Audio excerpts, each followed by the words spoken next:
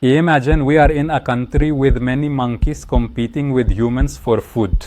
Nonetheless, we fed these apes, provided them with housing, treated them, and dealt with them just like humans. And all of this was at the expense of real humans. So we didn't balance between kindness to animals and kindness to humans, as the monkeys multiplied and humans vanished. Is this an ethical behavior?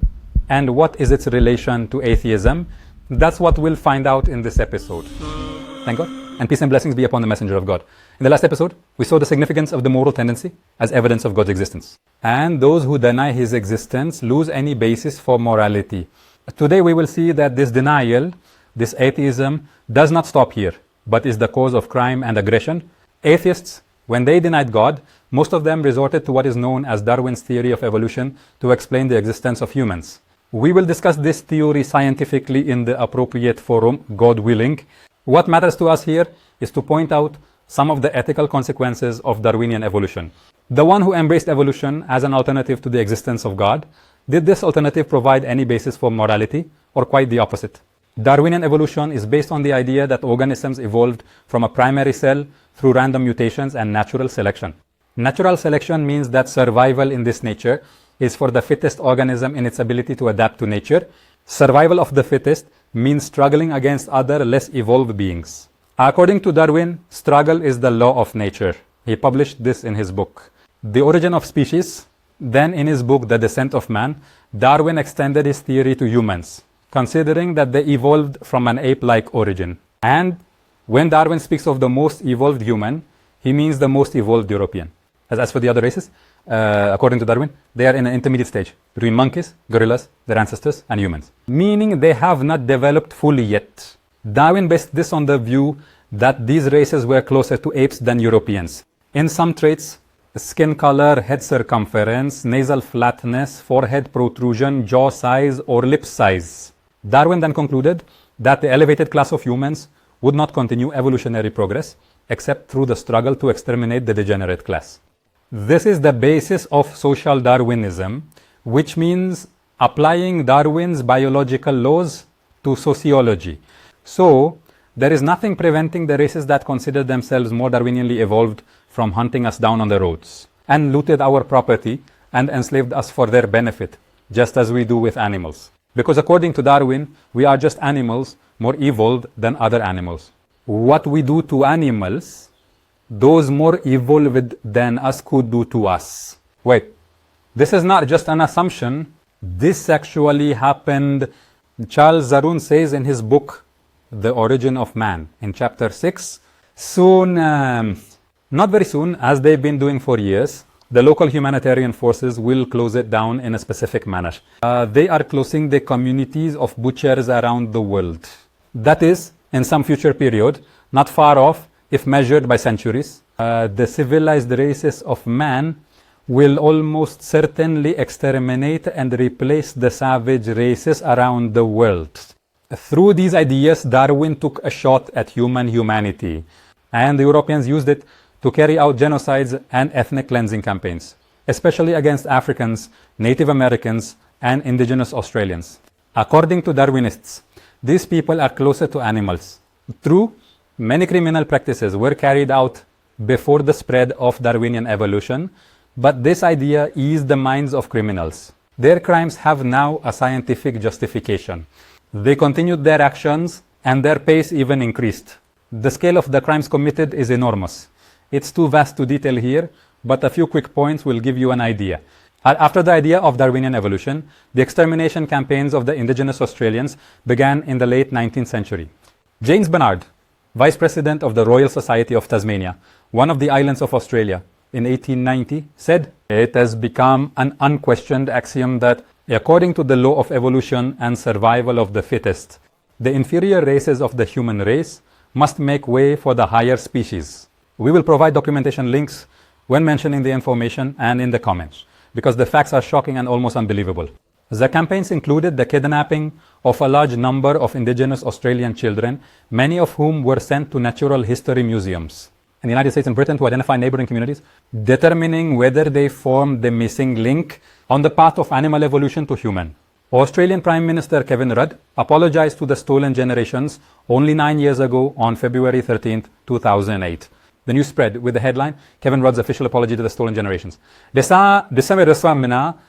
is in addition to causing forced and compulsory sterilization, which Darwinists practiced around the world on races they believed were evolutionarily inferior, or those who have unrelated genetic traits. Robin Behar.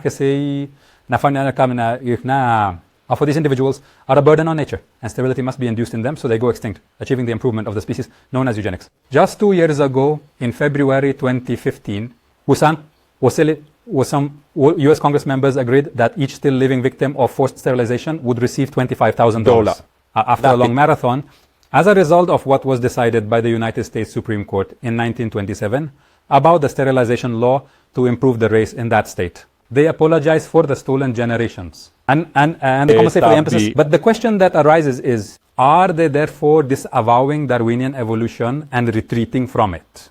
Are they, by their apology, acknowledging that all people are biologically equal? Never, they still embrace Darwinism, and its doctrine remains in their minds. And driven by Darwinism, the whites also convinced some African tribes that they were evolutionarily superior to their own tribes, with differences in nose length or height, etc. This was one of the motives for wars of extermination between these tribes that used to live in peace, as in the Rwanda tragedies between the Tutsi and the Hutu. In Darwinian ethics, there is no objection for a nation to put those they see as less evolved in human zoos, just as we place animals in a zoo. The surprise is that this is not just an assumption, it actually happened and became a phenomenon in America and many European countries. You can find information and pictures about it on the internet and save them. Under the title Human Zoos, there is a painful archive of photos and many articles on the subject, such as the one titled The Forgotten History of Human Zoos. However, these articles contain explicit images, because some of the human parks prohibited these people from wearing clothes. But it leaves them completely naked men and women. The requirement is to come out for the park visitors and turn around so that these sophisticated individuals could observe those creatures as if they were animals. This is a girl in Brussels, Belgium. The whites treated her as if she were lower on the evolutionary ladder, keeping her in a cage and feeding her like an animal. This is Otabenga from 1906, whose people and tribes traders were killed in Africa to sell him to the Darwinians, who considered him evidence of evolution. He was required to pose with the chimpanzee at the Bronx Zoo in New York, and many others like it. And this picture is in France, a woman with her child in a human park. And this is a picture from a village of black people in France, where black people were displayed with animals and overseers. Darwinian tragedies last long. Even Darwinists did not escape their own evil. Also in the name of Darwinism, some of them saw themselves as evolutionarily superior to others. 40 years after Darwin's book, The Descent of Man, World War I began. What is the relation to World War I? Isn't its cause, as we learned in schools, the assassination of the Austrian crown prince and his wife by a Serbian student? This was just a spark that does not explain the ignition of all of Europe within days to engage in this war. But there were factors charging souls for war, religious reasons, political, and one of the most important reasons is the spread. Bashar's social Darwinism that prepared many Europeans who believed in it to enter the war and act like wild animals. And the conflict and the shedding of blood is the law of nature for them. This Darwinian role in the war was mentioned by many writers, such as the British writer James Joule in his book The Origins of World War I, and also Richard Hofstadter in his book Social Darwinism in American Thought, which was written during World War III.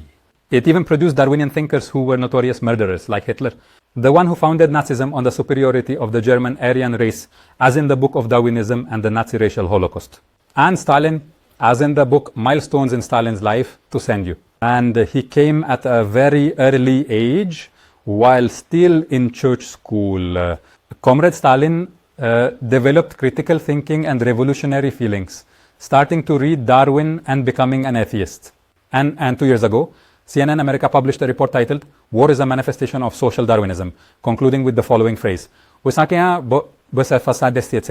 When social Darwinism plays in the jungle of international politics, wars seem inevitable. Here the atheist will tell you that On the other hand, there are countless wars with religious motivations. First, when we're not concerned with comparing religions in general. Some are true, some are distorted, and some are false. But I say here, we are talking about Darwinism. War in it has a goal in itself. No morals, no regulations, and this is not a misuse of it. It is just how it is. This is an idea. As for wars in Islam, we will discuss them in detail later, God willing.